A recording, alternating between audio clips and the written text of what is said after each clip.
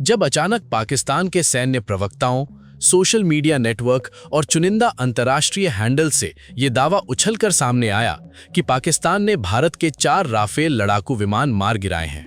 और ये दावा केवल एक बयान नहीं था, बल्कि एक सुनियोजित सूचना हमला था जिसका उद्देश्य भारतीय वायुसेना की विश्वसनीयता, फ्रांस के साथ भारत की रणनीतिक साझेदारी और पूरे क्षेत्र के शक्ति संतुलन को एक झटके में हिला देना था।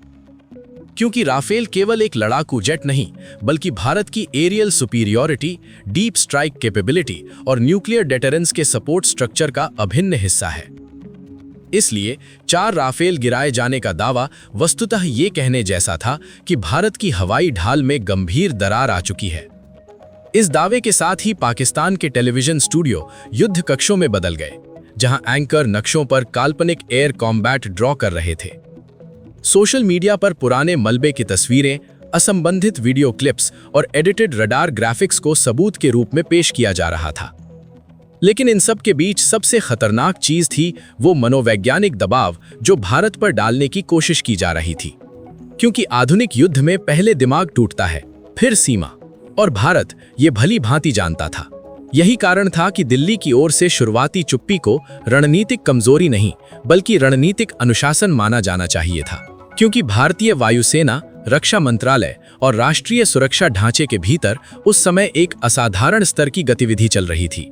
हर मिशन लॉक को खोला जा रहा था, हर राफेल की उड़ान घंटों की जांच हो रही थी, हर पायलट की डीब्रीफिंग की जा रही थी और हर इलेक्ट्रॉनिक वॉरफेयर सिग्नेचर को फ्रांसीसी तकनीकी टीमों के साथ मिलकर एनालाइज किया जा रहा था। क्योंकि यदि वास्तव में 4 राफेल नष्ट हुए होते तो ये केवल भारत की नहीं, बल्कि Dassault aviation, NATO, supply chain और यूरोपीय डिफेंस इंडस्ट्री की भी बड़ी खबर होती। और यही वो बिंदु था जहां पाकिस्तान के दावे पहली बार खामोशी से धड़कने लगे। इसी बीच सीमा पर गतिविधियां तेज हो चुकी थीं। एयरबेस पर नाइट ऑपरेशंस बढ़ा दिए गए थे, फाइटर स्क्वाड्रनों को डिस्पर्सल मोड में रखा गया था, एवैक्स ए प्लेटफॉर्म लगातार आसमान को स्कैन कर रहे थे और हर रडार पिंग को संभावित ट्रिगर माना जा रहा था। क्योंकि जब सूचना युद्ध अपने चरम पर होता है, तब एक छोटी सी चूक वास्तविक युद्ध को जन्म दे सकती है। पाकिस्तान की रणनीति स्पष्ट थी, यदि भारत तुरंत खंडन करता है तो उसे रक्षात्मक दिखाया जाएगा, और यदि चुप रहता है तो उस चुप्पी को हार के रूप में पेश किया जाएगा। लेकिन भारत ने तीसरा रास्ता चुना, डेटा, समय और रणनीतिक संकेतों का रास्ता। इसी दौरान एक खबर सामने आई जिसने पूरे नैरेटिव को धीरे धीरे उलटना शुरू कर दिया।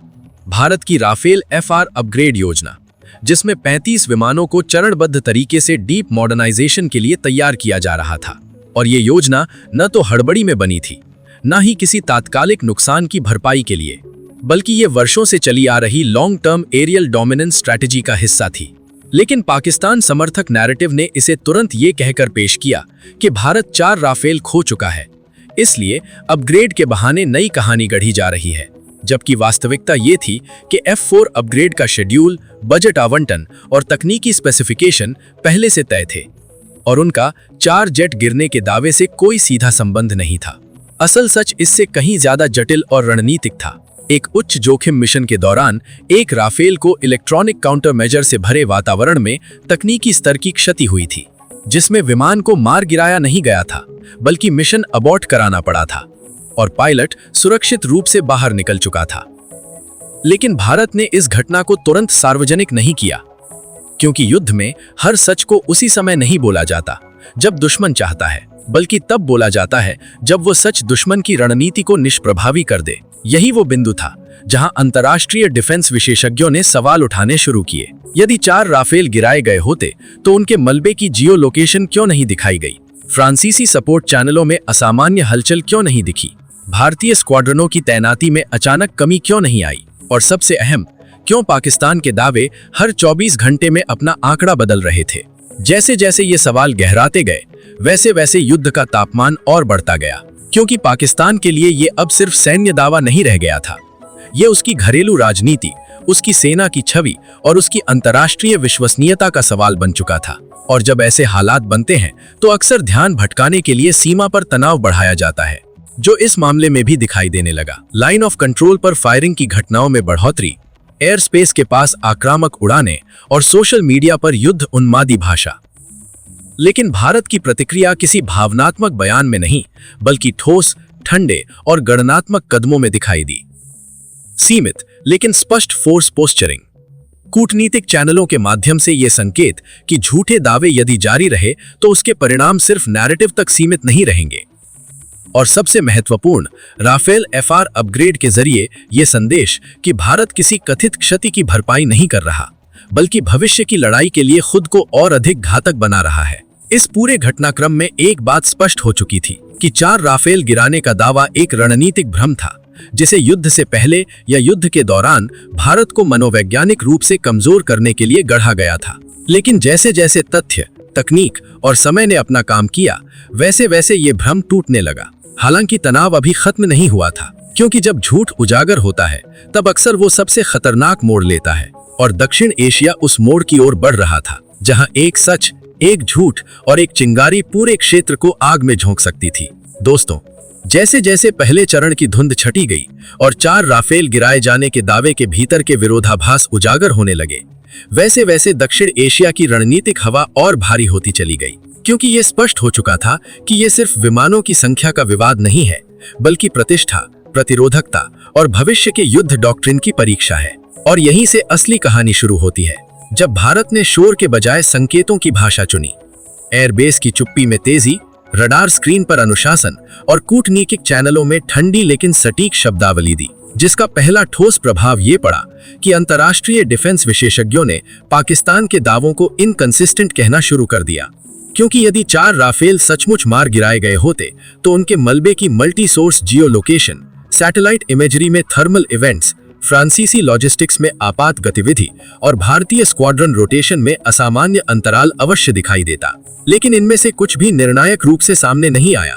इसी बीच भारत ने जिस तरह राफेल एफआर अपग्रेड को सार्वजनिक विमर्श के केंद्र में रखा, वो केवल तकनीकी घोषणा नहीं थी, बल्कि एक रणनीतिक संदेश था कि भारत किसी कथित क्षति की भरपाई नहीं कर रहा, बल्कि नेटवर्क सेंट्रिक युद्ध के अगले स्तर पर छलांग लगाने जा रहा है, जहां सेंसर फ्यूजन, एआई आधारित थ्रेट एनालिटिक्स, एसआर रडार की विस्तारित रेंज, स्टैंड ऑफ वेपन्स की घातकता और मल्टी डोमेन इंटीग्रेशन मिलकर एक ऐसा कॉम्बैट इकोसिस्टम बनाते हैं जिसमें एक एक विमान की उपयोगिता कई गुना बढ़ जाती है।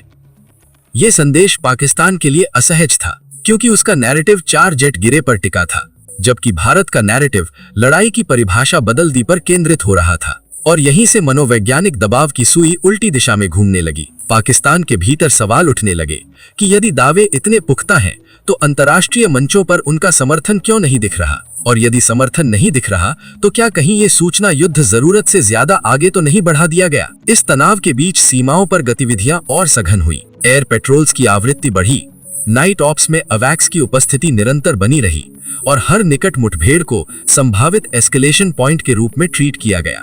लेकिन भारत ने यह स्पष्ट कर दिया कि वो उकसावे पर नहीं, बल्कि प्रमाण पर प्रतिक्रिया करेगा। और इसी रणनीति का परिणाम था कि एकल विमान क्षति का तथ्य, जो तकनीकी युद्धक वातावरण में मिशन अबॉर्ट और सुरक्षित इंजेक्शन से जुड़ा था, धीरे धीरे विश्वसनीय चैनलों से बाहर आने लगा, जिससे 4 का गुब्बारा और सिकुड़ गया। अब पाकिस्तान के सामने दोहरे संकट की स्थिति थी। एक और घरेलू नैरेटिव को बचाने का दबाव, दूसरी ओर अंतर्राष्ट्रीय मंच पर विश्वसनीयता का क्षरण। और ऐसे में अक्सर ध्यान भटकाने के लिए बयानबाजी तेज की जाती है, जो यहाँ भी दिखी। लेकिन भारत ने इसका जवाब बयान से नहीं, तैनाती, अनुशासन और अपग्रेड टाइमलाइन से दिया, ये दिखाते हुए कि F4 मानक पर जाने का अर्थ है लंबी दूरी पर पहले देखना, पहले निर्णय लेना और पहले प्रहार करने की क्षमता। यानी वो समीकरण जिसमें विरोधी की संख्या आधारित जीत की कहानियां अप्रासंगिक हो जाती हैं। निर्णायक मोड़ तब आया जब स्वतंत्र प्लेटफॉर्म्स ने एक स्वर में कहा कि यदि 4 राफेल गिराए गए होते तो ये घटना अकेले दक्षिण एशिया की नहीं रहती, ये यूरोपीय डिफेंस इकोसिस्टम की शीर्ष खबर होती। और यही वो क्षण था जब युद्ध का तापमान शब्दों में घटा, लेकिन रेखाओं पर बना रहा। क्योंकि सच्चाई सामने आते ही सबसे बड़ा रिस्क ये होता है कि कोई पक्ष अपनी खोई हुई विश्वसनीयता को किसी दुस्साहस से वापस पाने की कोशिश करे। और भारत ने उसी रिस्क को ध्यान में रखकर सीमित लेकिन स्पष्ट डिटरेंस सिग्नल दिए। ये संकेत कि झूठे दावे और उकसावे का जवाब समय, स्थान और तरीका का चयन भारत स्वयं करेगा। अंततः इस पूरे प्रकरण ने ये स्थापित कर दिया कि आधुनिक युद्ध में कितने विमान गिरे से अधिक महत्वपूर्ण है किसका सिस्टम टिकाऊ है, और राफेल एफआर अपग्रेड उसी टिकाऊपन का प्रतीक बनकर उभरा।